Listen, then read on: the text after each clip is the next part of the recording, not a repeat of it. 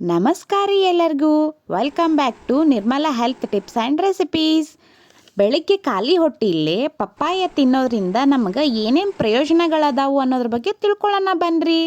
ಇದು ಏನು ಮಾಡುತ್ತೆ ಅಂತಂದ್ರೆ ರೋಗ ನಿರೋಧಕ ಶಕ್ತಿಯನ್ನು ಹೆಚ್ಚಿಸುತ್ತೆ, ಮಲಬದ್ಧತೆಯಿಂದ ಪರಿಹಾರ ನೀಡ್ತೈತಿ, ಹೃದಯವನ್ನು ಆರೋಗ್ಯವಾಗಿ ಇಡಕ್ಕೆ ಹೆಲ್ಪ್ ಮಾಡ್ತೈತಿ, ತ್ವಚೆಗೆ ನಮ್ಗೆ ಹೊಳಪನ್ನು ನೀಡುತ್ತೆ, ತೂಕ ನಷ್ಟಕ್ಕೆ ಸಹಾಯ ಮಾಡ್ತೈತಿ.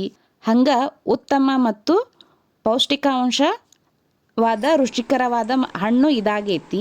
ಇದ್ರೊಳಗೆ ಏನೇನು ಪೌಷ್ಟಿಕಾಂಶಗಳು ಅದಾವು ಅಂತಂದ್ರೆ ವಿಟಮಿನ್ ಎ ಮತ್ತು ಬಿ, ಸಿ ಮತ್ತು ಇನ್ನೊಂದು ಏನಂತಂದ್ರೆ ಇ, ಜೊತೆಗೆ ಕ್ಯಾಲ್ಸಿಯಮ್ಮು ಮತ್ತು ಫೈಬರು ಮತ್ತು ಮ್ಯಾಗ್ನೇಷಿಯಮ್ಮು, ಪೊಟ್ಯಾಷಿಯಮ್ಮು ಮತ್ತು ಏನಂತಂದ್ರೆ ಉತ್ಕರ್ಷಣ ನಿರೋಧಕಗಳು ಆರೋಗ್ಯಕ್ಕೆ ಅನೇಕ ಪ್ರಯೋಜನಗಳನ್ನು ಇವೇನು ಮಾಡ್ತಾವೆ, ದೇಹಕ್ಕೆ ಒದಗಿಸುತ್ತಾವು. ಹಂಗೆ ಏನಂತಂದ್ರೆ ಜೀರ್ಣಕ್ರಿಯೆಗೆ ಸಹಾಯ ಮಾಡೋಕ್ಕೆ ಇದರಿಂದ ತುಂಬ ನಮ್ಗೆ ಹೆಲ್ಪ್ ಆಗುತ್ತೆ. ರೋಗ ನಿರೋಧಕ ಶಕ್ತಿಯನ್ನು ಏನು ಮಾಡುತ್ತೆ ಅಂತಂದ್ರೆ ಪಪ್ಪಾಯ ತಿನ್ನೋದ್ರಿಂದ ಜಾಸ್ತಿ ಹೆಲ್ಪ್ ಮಾಡುತ್ತೆ. ಅದರಲ್ಲಿ ರೋಗ ನಿರೋಧಕ ಶಕ್ತಿಯನ್ನು ಹೆಚ್ಚು ಮಾಡೋಕ್ಕೆ ಜಾಸ್ತಿ ಪ್ರಮುಖ ಪಾತ್ರವನ್ನು ಇದೇನು ಮಾಡುತ್ತೆ ಅಂತಂದ್ರೆ ಸಹಾಯ ಮಾಡುತ್ತೆ.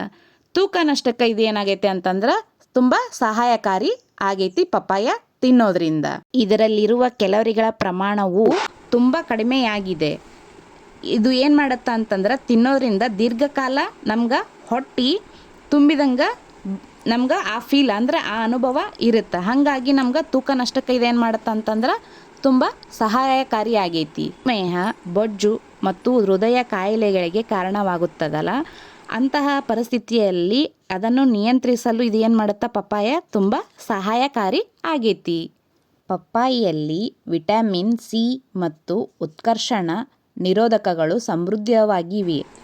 ಇದು ರೋಗ ನಿರೋಧಕ ಶಕ್ತಿಯನ್ನು ಹೆಚ್ಚಿಸಲು ಸಹಾಯ ಮಾಡುತ್ತದೆ. ಇದರೊಂದಿಗೆ ನೀವು ಸೋಂಕುಗಳು ಮತ್ತು ರೋಗಗಳಿಗೆ ಗುರಿಯಾಗುವುದನ್ನು ಏನು ಮಾಡುತ್ತೆ ಅಂತಂದ್ರೆ ತಪ್ಪಿಸಬಹುದು.